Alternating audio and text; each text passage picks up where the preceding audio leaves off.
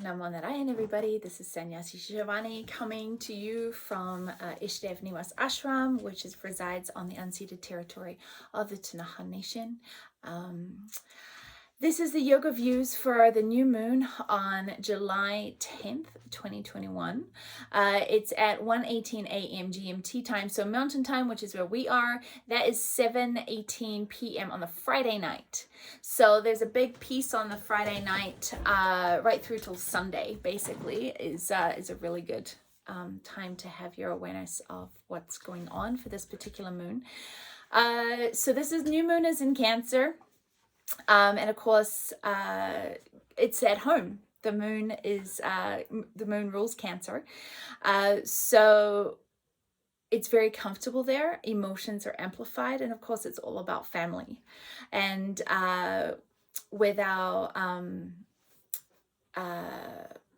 with the summer and school holidays and everything in the northern hemisphere, this Cancerian energy is a lot of times when there is family reunions and things like this.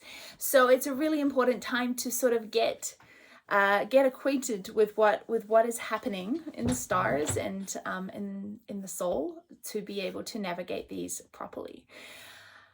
So right now, right at the new moon, the moon is going to be opposite Pluto, and Pluto is in Capricorn. Now, Capricorn is all about top-down authority. Capricorns are lovely rebels. They don't like top-down authority, and it's squared with Karen. So we're really looking at authority and health and family and what is to be nourished and what it is to have connections.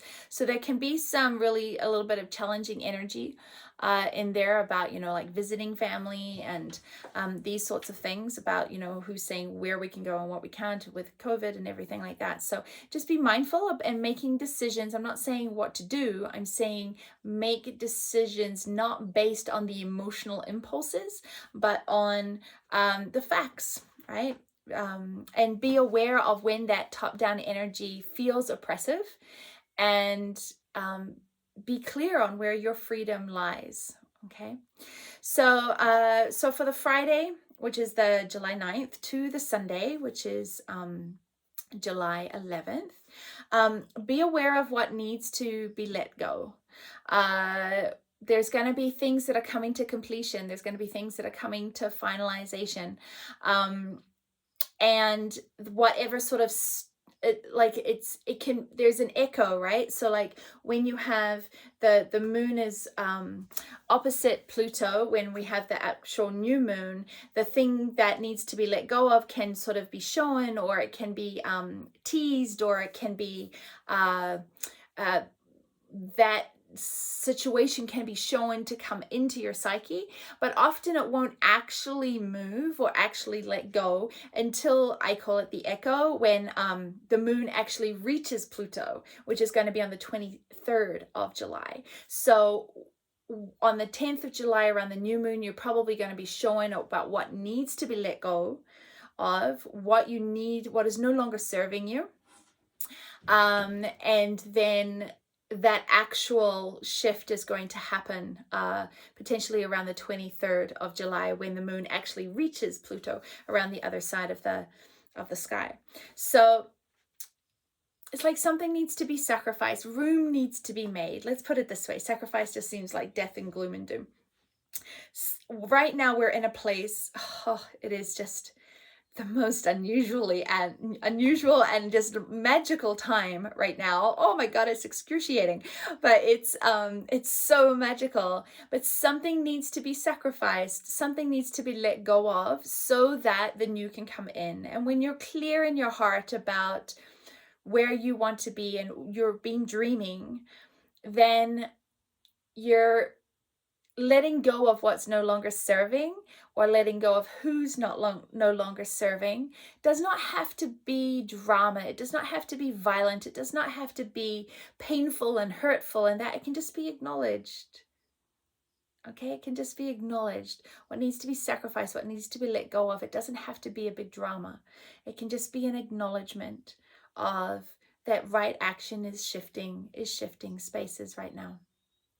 So, but because it's the moon and because it's in Cancer and because it's July, there's going to be amplified emotions. So if you have trouble, if you're challenged with big emotions, then really watch that this month. Really watch that those emotions are not propelling your actions, because that's when you can potentially get quite tricky. And of course, we know that in Swatisthana chakra, which is where the samskaras come through into this third dimensional reality. And of course, that is connected to our ability to feel. We feel the samskaras, right? We don't necessarily feel the truth. We feel the samskaras.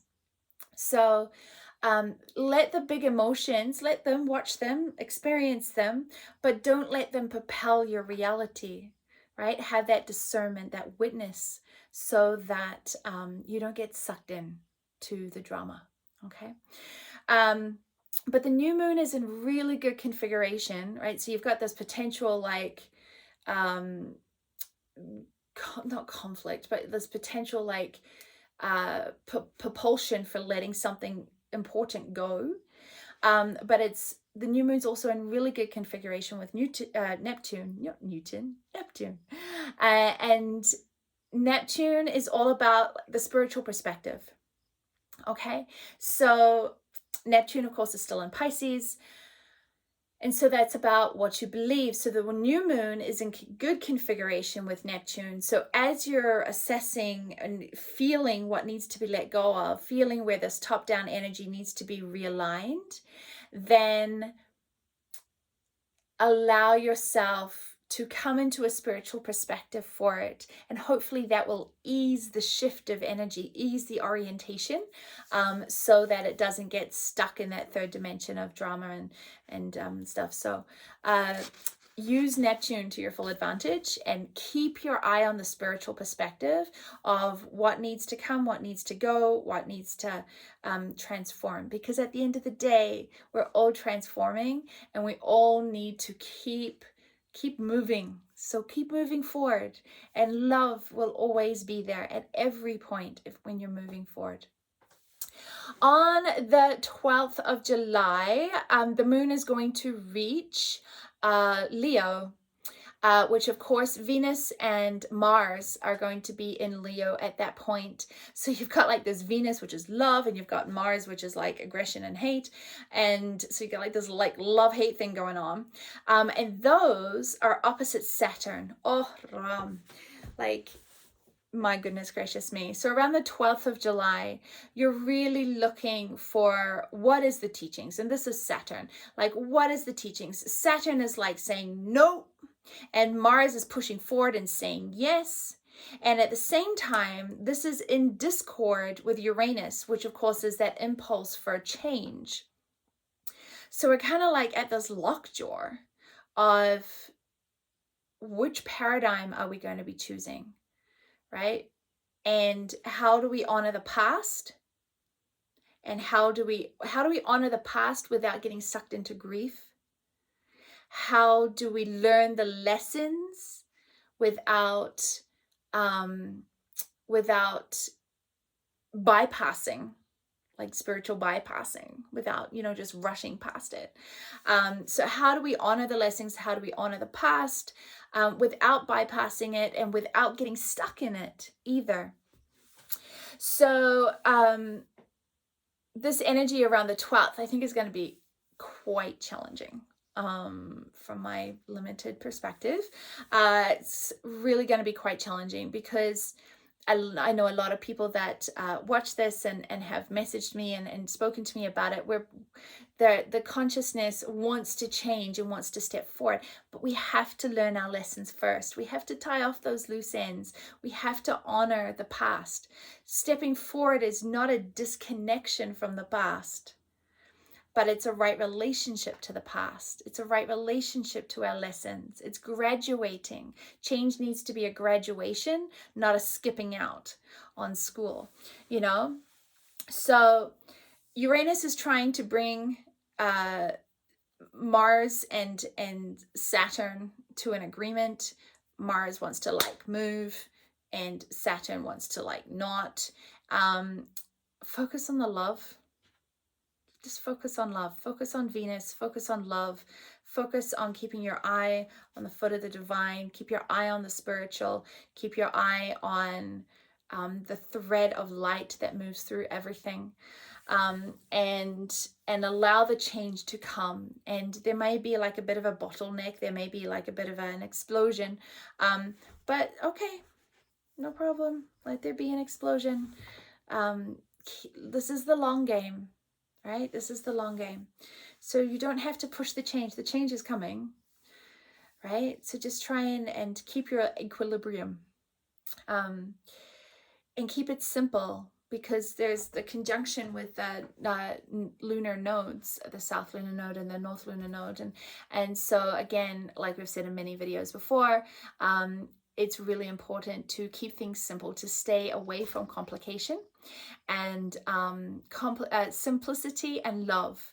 These are really the key words to navigate this July, this T-square on July 12th.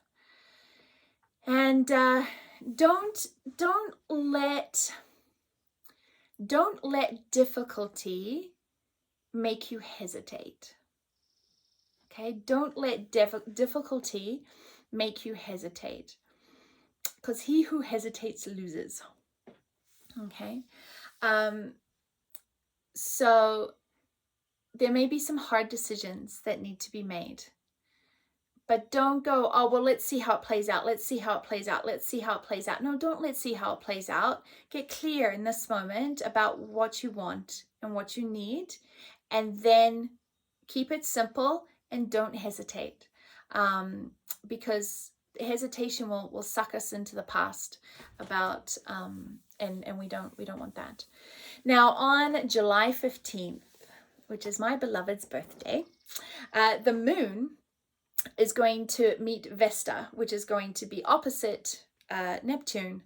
And when the moon meets Vesta opposite Neptune, you really want to be aware of, just be super aware of what it is you believe. Right? It's an opposition. So what you're feeling and what you're believing may not be matching up. And so you really want to rely on a more rational mind around the 15th of July, and allow yourself to feel, but don't just believe your emotions willy-nilly. Don't, just because you feel it doesn't mean it's real. Okay? Because you feel it means that that is a samskara that you have that is creating a filter on the truth to give you a specific perspective, and that's how you feel about it. But that doesn't mean that that's actually what's happening. And that moment, that questioning moment in you of like, maybe how I'm feeling about this isn't actually the truth, that moment is where grace rushes in. Right? That moment is that moment where you're not just blindly going from what you feel to how you act. That moment of going, well, this is how I feel about it, but maybe that's not truth. That moment is when transformation happens. Okay? So big emotions, but don't just blindly believe your emotions around the 15th. Okay? But Vesta is in harmony. Vesta means harmony. And it's in good configuration with Lilith and Pluto. Now, of course, Pluto is, regeneration or death. And Lilith is about what is hiding. So understand that because of the moon is amplifying Vesta when it connects to Vesta on the 15th, that there is this strength, there is this abundance of harmony. So like there is this innate strength to be able to move through whatever you need to move through. Like you have the strength. You're way stronger than you realize.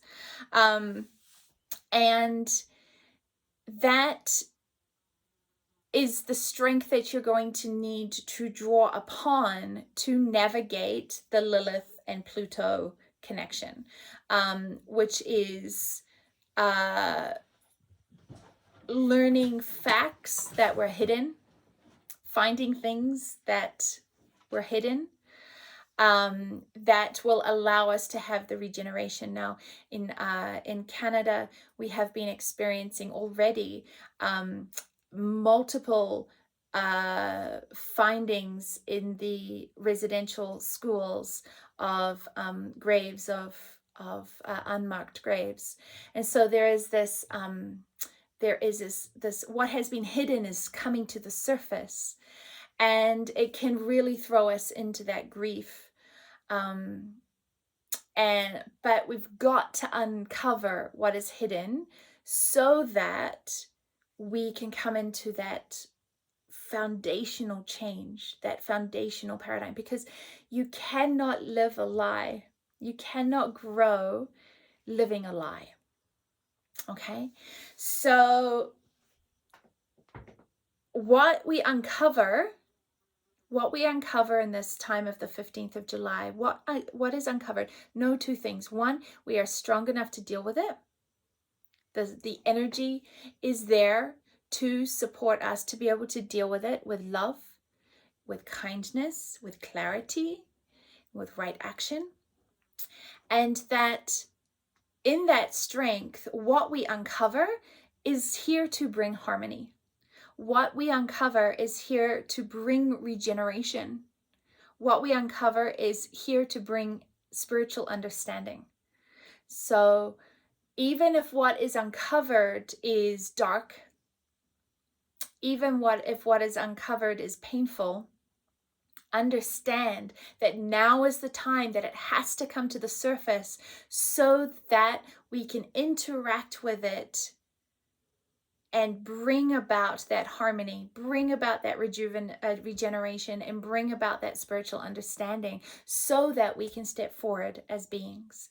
Because you cannot step forward when you have no idea what you're stepping on, right?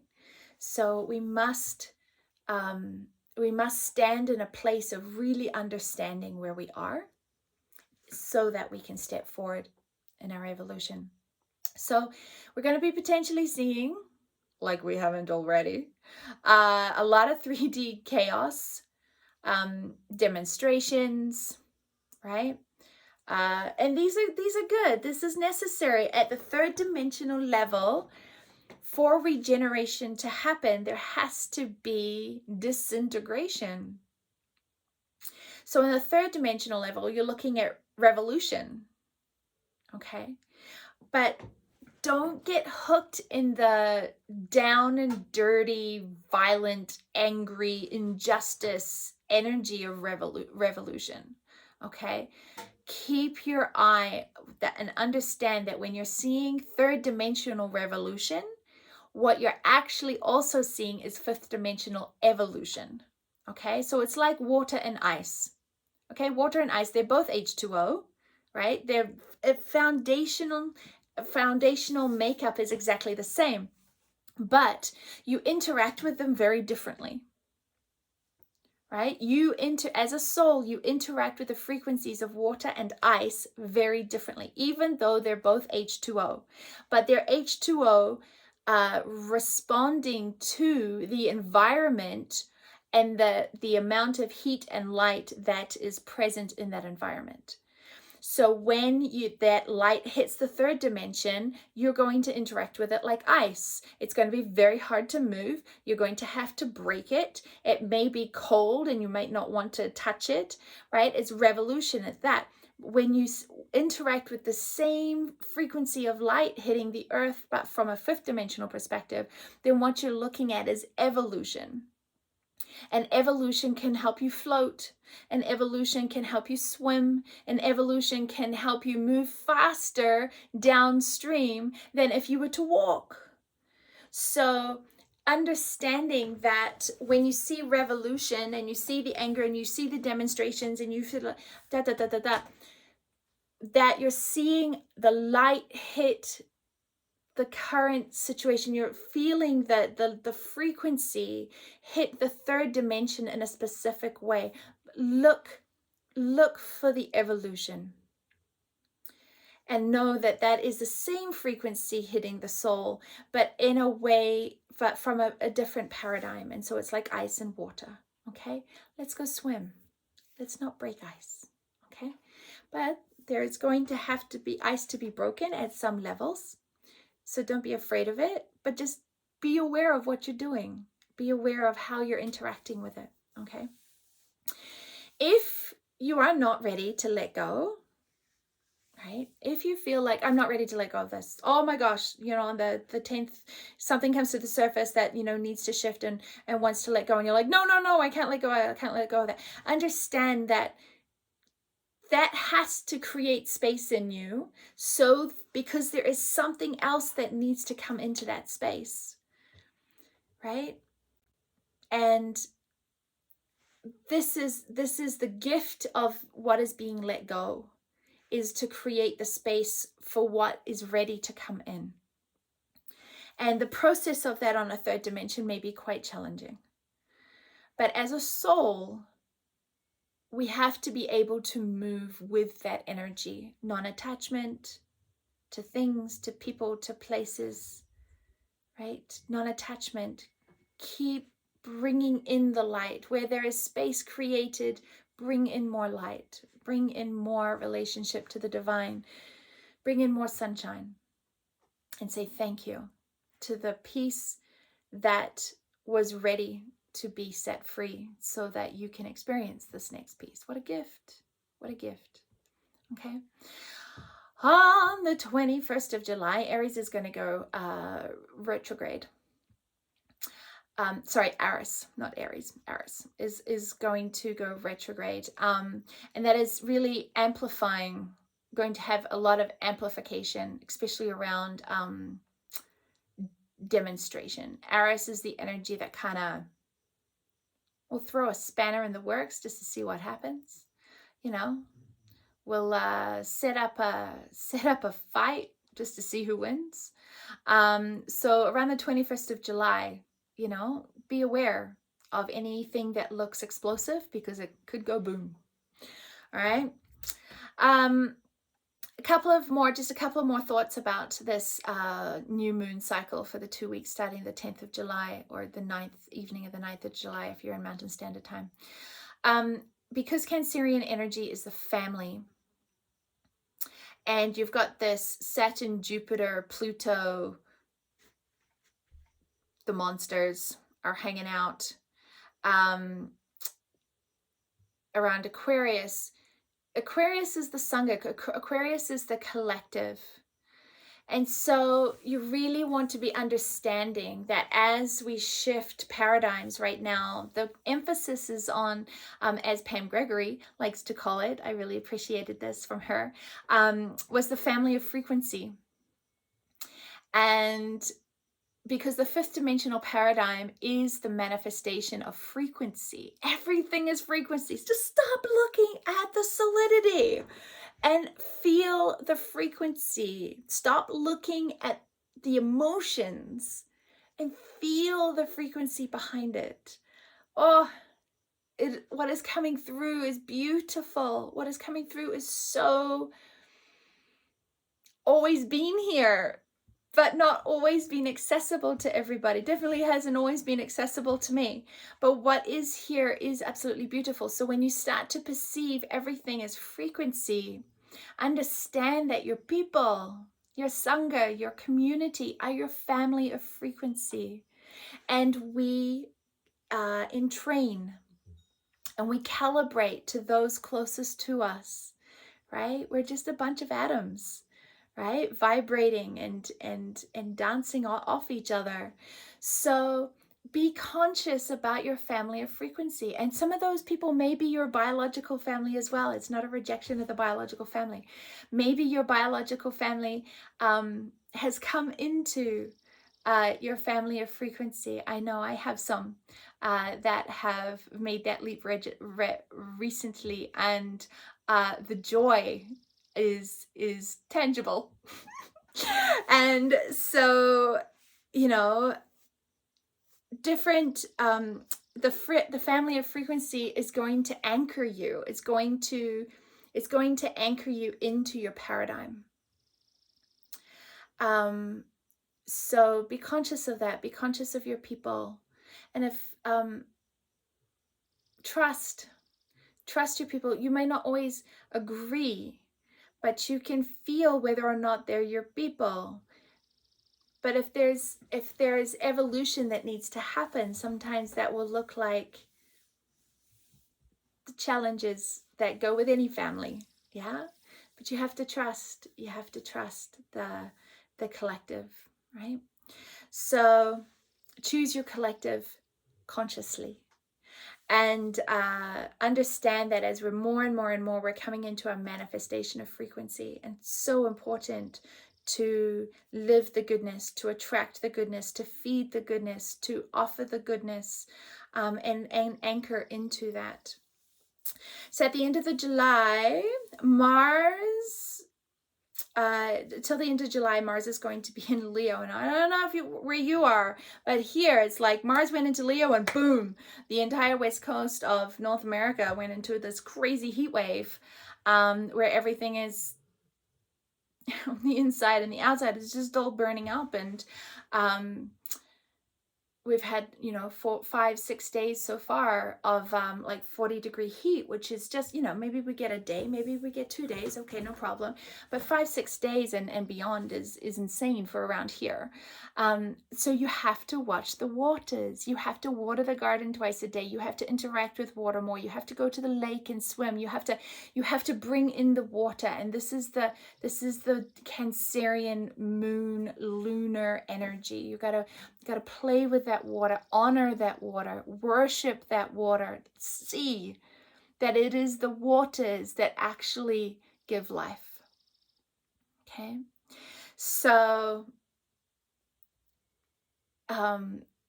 if you are experiencing a heat wave, endurance, this is the long game. Endurance, do what you need to do, sleep outside, sleep with a cool cloth on you. We bring out our doties and put our wet doties over us as we go to sleep so that we can cool down and go to sleep gently. Sleep outside. I think I already said that because it's been amazing. Endurance. And as you feel the internal heat, as you feel the internal fires come to the surface, soften the ego, right? Just really soften the ego. Soften it. Soften it. That Leo arrogance, that Leo ego, that just soften it into the shining star that is the sun, which is what rules Leo, right? So the giver of life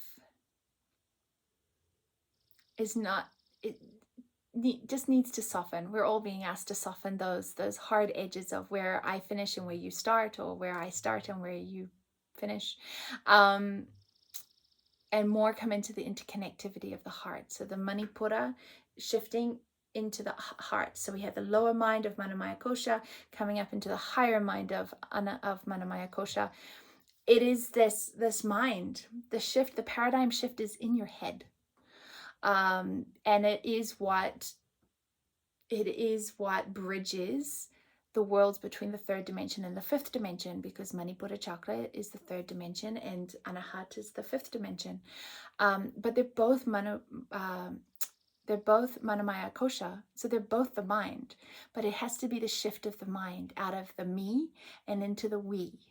So soften that ego. Use the heat to soften and expand, and take care of your people, and take care of not your people. Just take care of everybody, okay? Because they all are you too. And one last thought for today, as we're coming in, seeing revolution and evolution, and we're seeing the disintegration of the third dimensional paradigms as we have known them for a very long time. Understand that which has been built on the power of money is what needs to fall.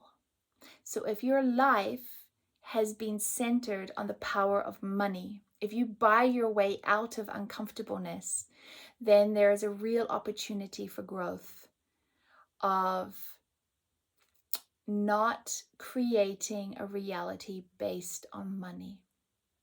And I'm not saying that money is going to disappear. That's not what I'm saying. I'm saying that when you build things on the power of money instead of the power of community and heart, then those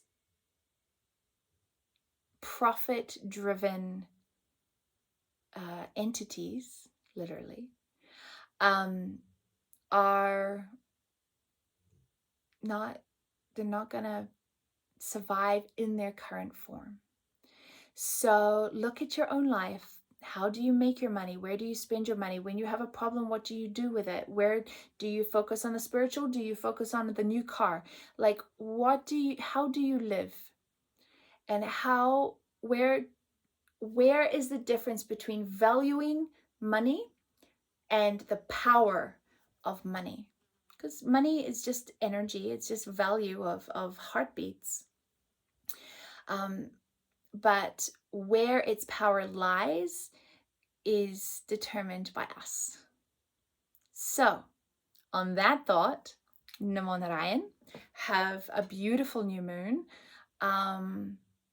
And yeah, I'd look forward to your comments. Please share, please subscribe to our channel and share it and comment. And we love to see you. I hope this helps. Namo Narayan.